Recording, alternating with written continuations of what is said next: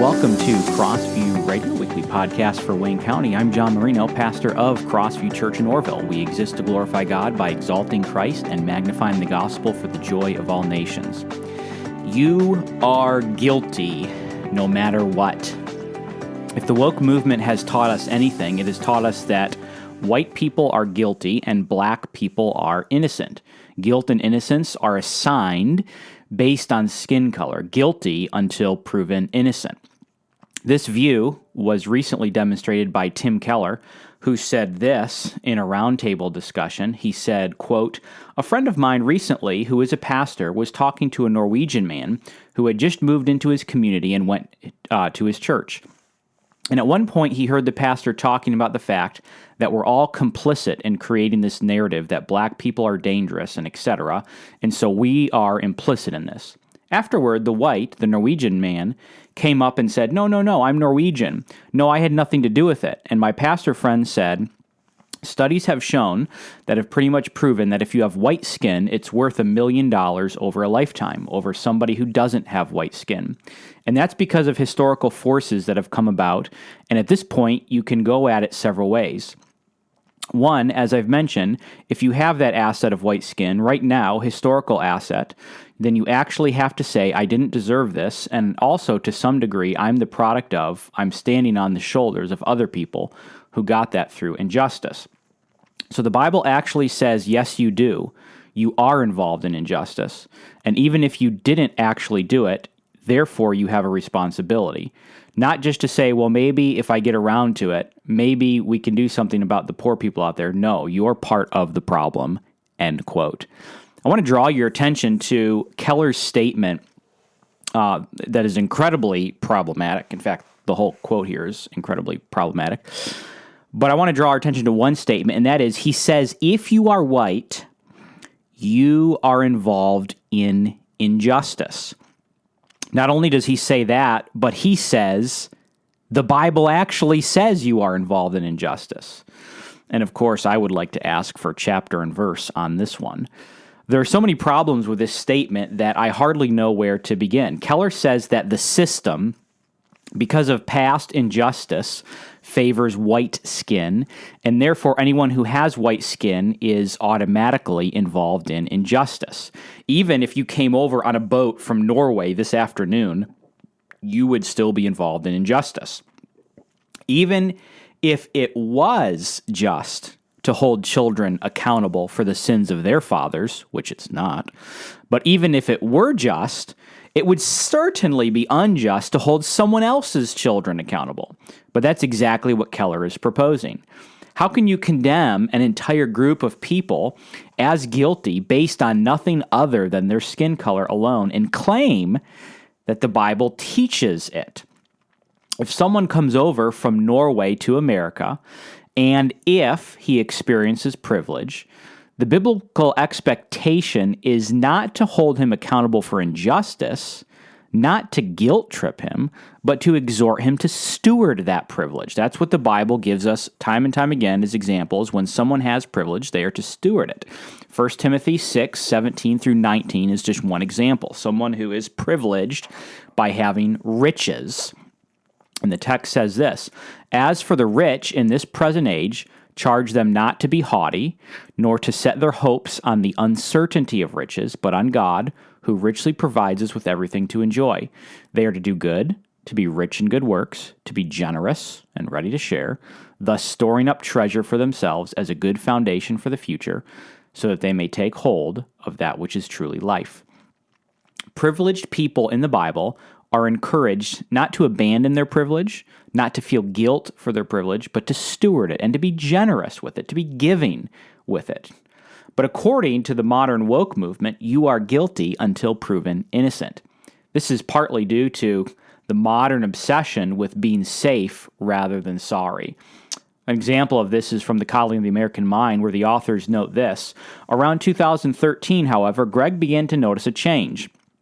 This is on college campuses in 2013, more students seemed to be in agreement with administrators that they were unsafe, that many aspects of students' lives needed to be carefully regulated by adults, and that it was far better to overreact to potential risks and threats than to underreact.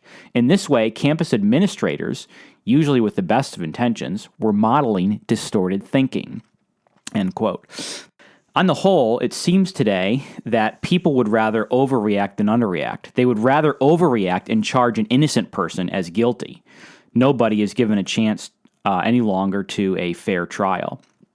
Now, of course, if a white man is guilty of ethnic partiality and commits a crime against a black man, that is then the white man needs to be held accountable for that in the law courts, and vice versa. In fact, skin color is really irrelevant, because if any person commits a crime against another person, they need to be held accountable, no matter what the skin colors are involved. But for crying out loud, after we see one shaky cell phone video, we're ready to pronounce guilt already? Let's give things a couple minutes to shake out. Jesus says in John 7:24, "Do not judge by appearances, but judge with right judgment." Tim Keller ignores this and teaches that we ought to judge or hold a person guilty of injustice based on their skin color, even if they came over from Norway this afternoon. It's hard, and I mean really hard, to try to reason with someone who has already made up their mind that you are guilty. The author of the book Idols for Destruction, which is a great book, by the way, says this, quote, "If the madman is convinced there is a conspiracy against him, there is nothing you can say to dissuade him. All arguments are turned back as further evidence that the speaker is bound by the determining influence," end quote. Listen to that very carefully.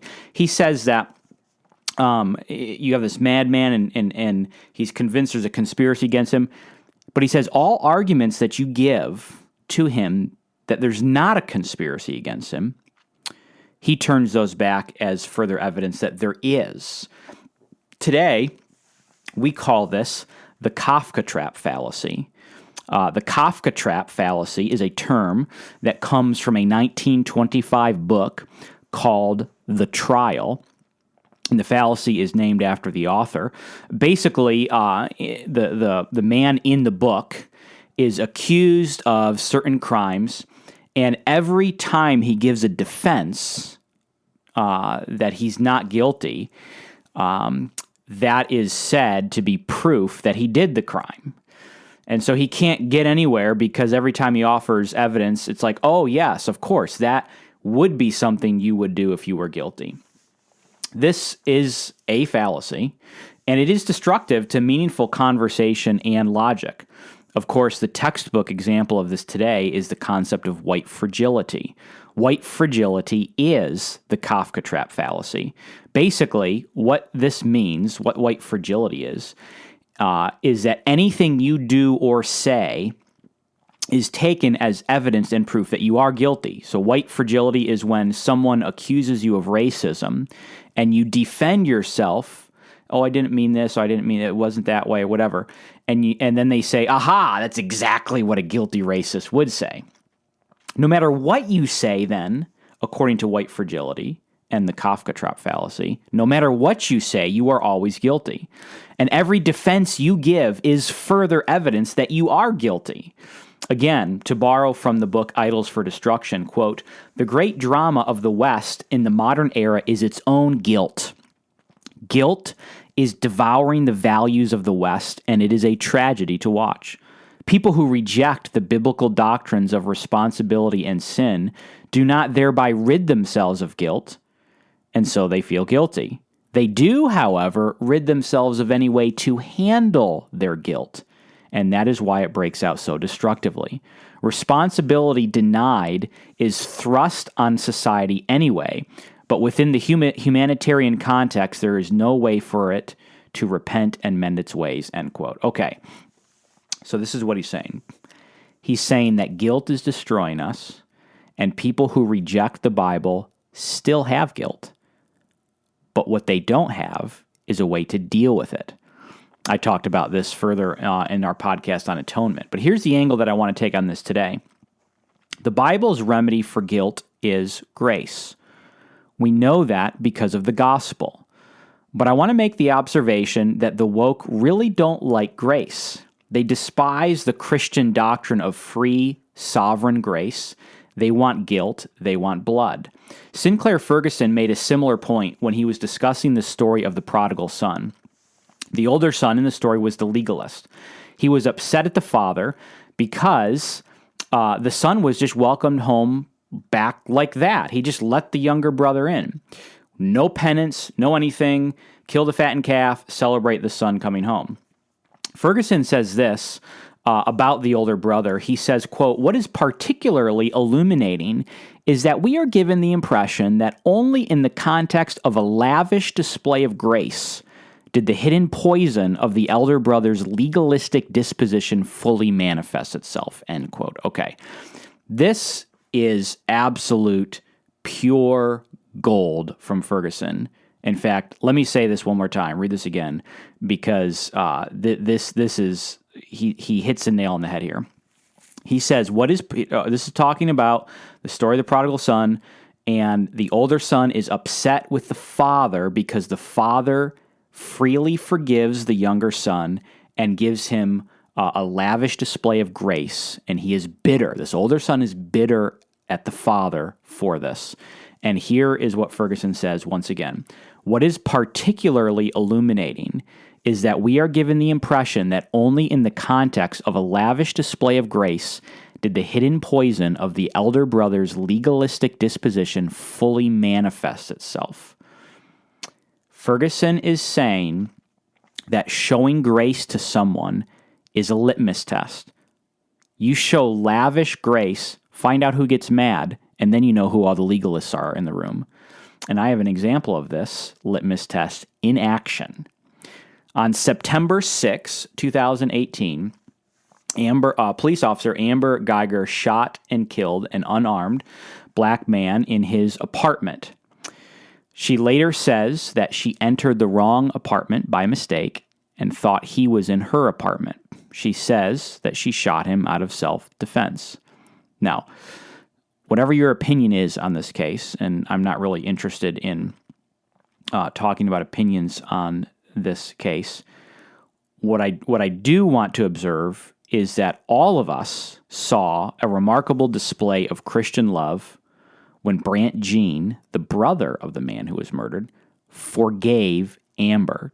Perhaps you saw a couple years ago the video where both Jean and the judge gave Amber a hug, and Brant actually encouraged Amber to give her life to Christ.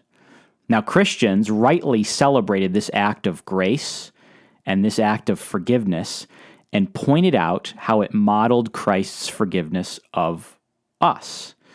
But not everyone was happy about it. Of the numerous responses, one individual suggested that this was simply just a coping mechanism on Brant's part.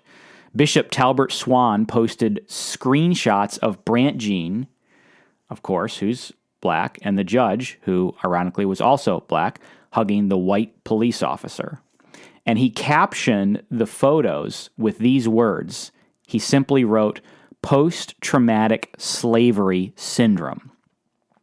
What Bishop Talbert Swan was arguing was that since Brant was unable to retaliate against his oppressors, Brant is living in this system where he can't retaliate against Amber. There's nothing that he could do. His hands are tied, and he can't do anything to get back at her. So since he could not retaliate against his oppressors without facing consequences himself, he simply forgives.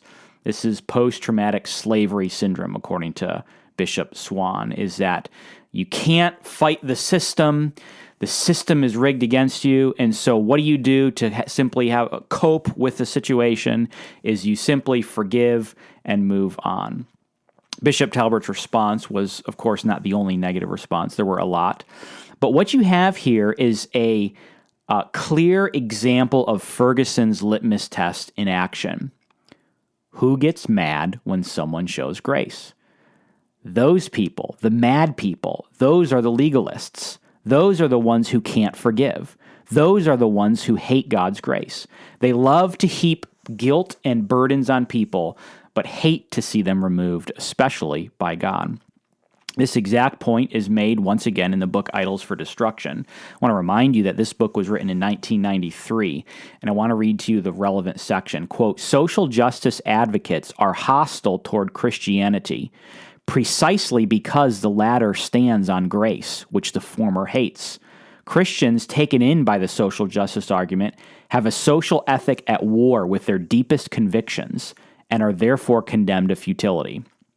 Again, I read Ferguson's quote twice. I'm going to have to read this one twice because this is just gold right here. The author says, quote, social justice advocates are hostile toward Christianity precisely because the latter, that is Christianity, stands on grace, which the former, the social justice advocates, hates.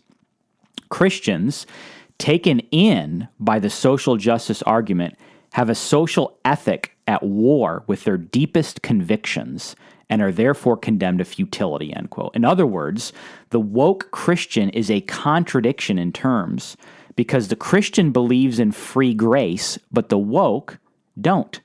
You can't have your cake and eat it too. The bedrock values of social justice and Christianity could not be more diametrically opposed to one another. The grace and forgiveness of the gospel stands in stark contrast to the guilt and penance of the woke. Watch what happens when someone freely forgives an injustice, and you'll easily spot the difference between the two. Like the prodigal son's older brother, today's woke Pelagians prove their disdain for the gospel when they spurn the free grace of God. Perhaps the theological liberals are not as into grace as they made themselves out to be. For those who like to live without grace, keep in mind that among all the things you're doing, one of the things you're doing is making yourself an easy target for manipulation. Ayn Rand once said this, of course, she's the one who promoted her doctrine of selfishness above all else. She said this, quote, there is no way to disarm any man except through guilt. If there's not enough guilt in the world, we must create it. If we teach a man that it's evil to look at spring flowers, and he believes and then does it, we'll be able to do whatever we please with him. He won't defend himself. He won't feel he's worth it. He won't fight. But save us from the man who lives up to his own standards. Save us from the man of clean conscience. He's the man who will beat us, end quote. Weaponized guilt. It's effective. For Rand, the man with a guilty conscience is the one that you can do whatever you want with. He's easy to manipulate and control. Her enemy, then, is the man with a clean conscience. So, how do you become that enemy of Ayn Rand? How do you become the man who is hard to manipulate? How do you become the man who has a clean conscience? And of course, the answer is by looking to Christ. Hebrews 10:19-23 reminds us of this. Therefore, brothers, since we have confidence to enter the holy places by the blood of Jesus, by the new and living way that he opened for us through the curtain, that is, through his flesh, and since we have a great priest over the house of God, let us draw near with a true heart, in full assurance of faith, with our hearts sprinkled clean from an evil conscience, and our bodies washed with pure water. Let us hold fast the confession of our hope without wavering, for he who promised is faithful. How do we have a clean conscience? How do we find grace? How do we find forgiveness? It's in the gospel. It's in Jesus Christ and Christ alone. Thanks for listening to Crossview Radio. I'm John Marino, pastor of Crossview Church in Orville. We meet Sundays at 10 a.m. To find out more about Crossview Church, visit us online at crossvieworville.com.